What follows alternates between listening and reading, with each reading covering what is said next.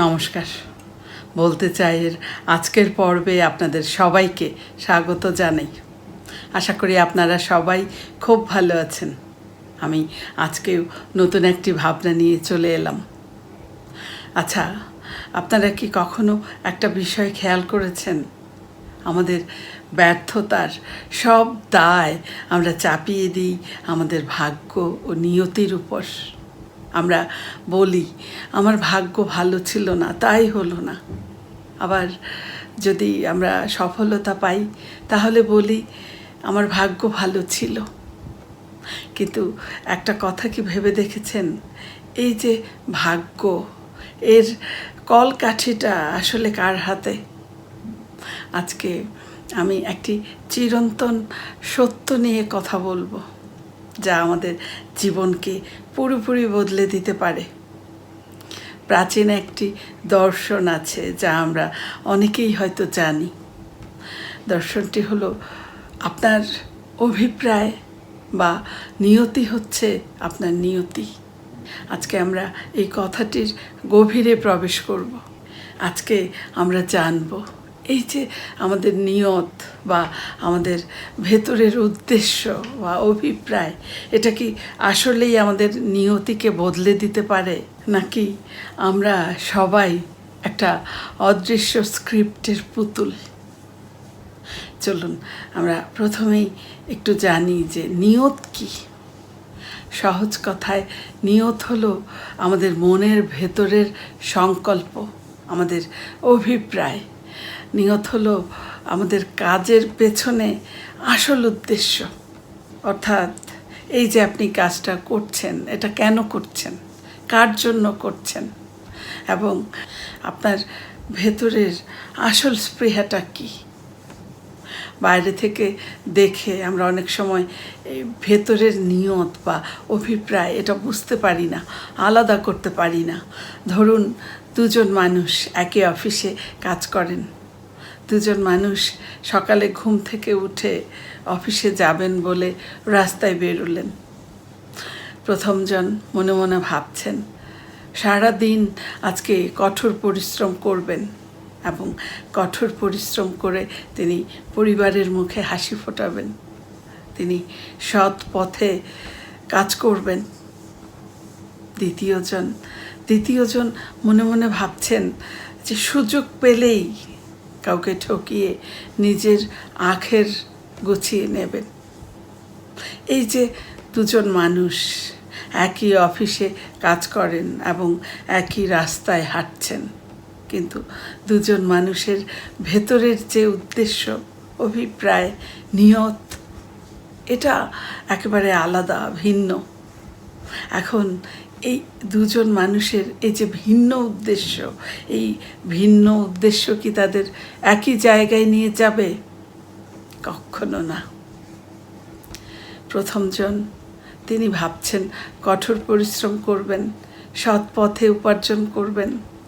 তিনি অবশ্যই শান্তি, সম্মান আর আত্মতৃপ্তির পথে হাঁটছেন। আর এই যে দ্বিতীয়জন, যিনি অন্যকে ঠকিয়ে নিজের আখের গোছাতে চাইছেন, এই মানুষটা মূলত পৌঁছে যাচ্ছেন এক গোলক ধাঁধায়। হয়তো সাময়িকভাবে তিনি লাভবান হতে পারেন, কিন্তু সত্যিকার অর্থে এই মানুষটার মনে শান্তি থাকে না। কখনো এ ধরনের যারা চিন্তা করেন তারা মনে মনে শান্তি পান না। এই যে বিষয়টা, এখানেই নিয়ত প্রমাণিত হয়। আমাদের ভেতরের এই যে নিয়ত বা উদ্দেশ্য, এটাই মূলত নির্ধারণ করে আমাদের পরবর্তী গন্তব্য কী হবে। বিজ্ঞান ও মনস্তত্ত্ব এই বিষয়টিকে পুরোপুরি সমর্থন করে। সাইকোলজিতে একটা টার্ম আছে, ফোকাস অ্যান্ড অ্যাকশন লুপ। যখন আমরা মনে প্রাণে কোনো কিছু চাই, তখন আমাদের অবচেতন মন সেই অনুযায়ী কাজ করতে শুরু করে দেয়। আমাদের চোখ অবচেতনভাবে সেই সুযোগ খুঁজতে আরম্ভ করে যা আমাদের উদ্দেশ্যের সাথে পুরোপুরি মিলে যায়। একে বলা হয় ল অফ অ্যাট্রাকশন বা কর্মফলও বলতে পারি আমরা একে। যেমন আপনার উদ্দেশ্য বা আপনার অভিপ্রায়, আপনার নিয়ত হলো ভালো কোনো কিছু শেখার। এবার আপনি নিজের অজান্তেই এমন মানুষের সংস্পর্শে চলে যাবেন যে মানুষটির সঙ্গে থাকলে আপনি নতুন কিছু, ভালো কিছু শিখতে পারবেন, জানতে পারবেন।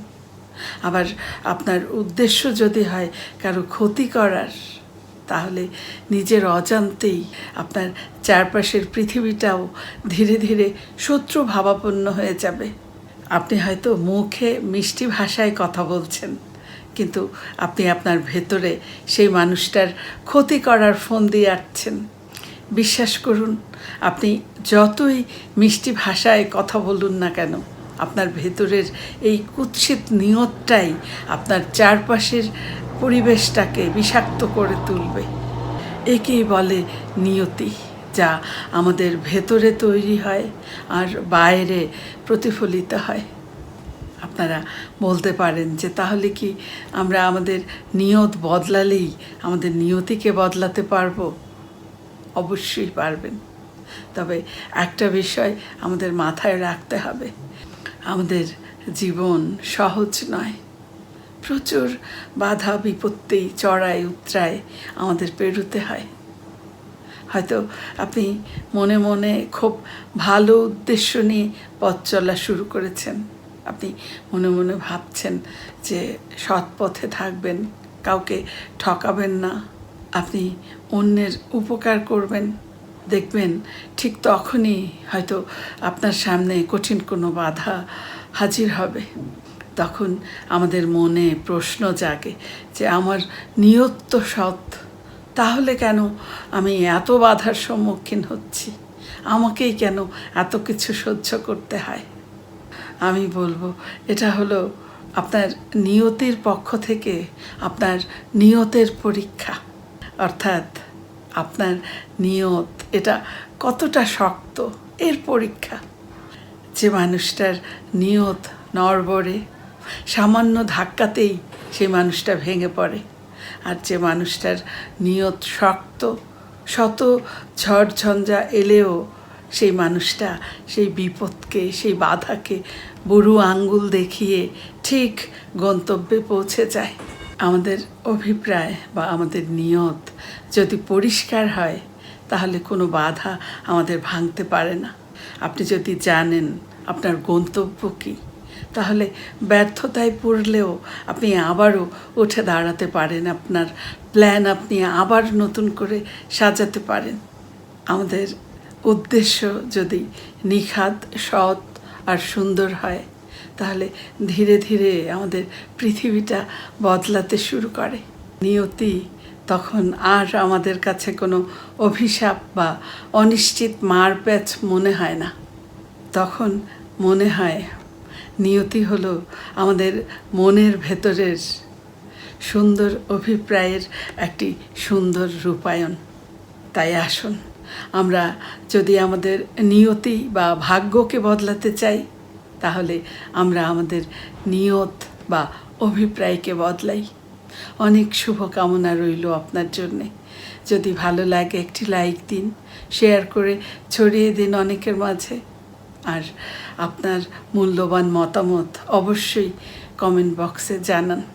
সাবস্ক্রাইব করে বলতে চাই এর পাশেই থাকুন। আমি আবারও ফিরে আসব নতুন কোনো ভাবনা নিয়ে। ততক্ষণ আপনি খুব ভালো থাকুন, সুস্থ থাকুন। শুভরাত্রি।